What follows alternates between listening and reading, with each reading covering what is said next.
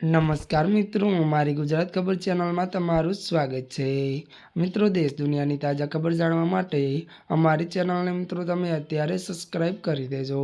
જે આ મિત્રો અત્યારે હાલની સૌથી મોટી અને દુઃખદ ખબર સામે આવી રહી છે।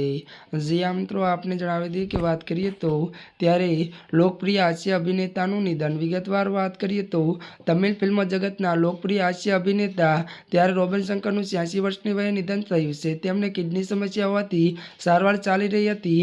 રોબિન શંકરે તેમને કોમેડી માટે જાણીતા હતા અને તેમનું ધનુષ્ય ફિલ્મ મારીથી અભિનય કારકિર્દીની શરૂઆત કરી। વધુ વાત કરવામાં આવે તો મળતી વિગતો અનુસાર વધુ જણાવી દઈએ કે ત્યારે મિત્રો બાદમાં તેમણે અનેક હિટ ફિલ્મોમાં તેમને મહત્વપૂર્ણ ભૂમિકા ભજવી હતી। વધુ જણાવી દઈએ કે તેમના નિધન પર કમલ હાસન, કાર્તિક અને સિમી સહિતના કલાકારોએ ઊંડો શોક વ્યક્ત કર્યો છે।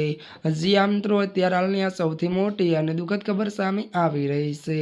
ત્યારે મિત્રો આજના માટે બસ આટલું જ। અમારી ચેનલમાં નવા હોય તો અમારી ચેનલને લાઇક, શેર અને સબસ્ક્રાઇબ કરી દેજો। ધન્યવાદ।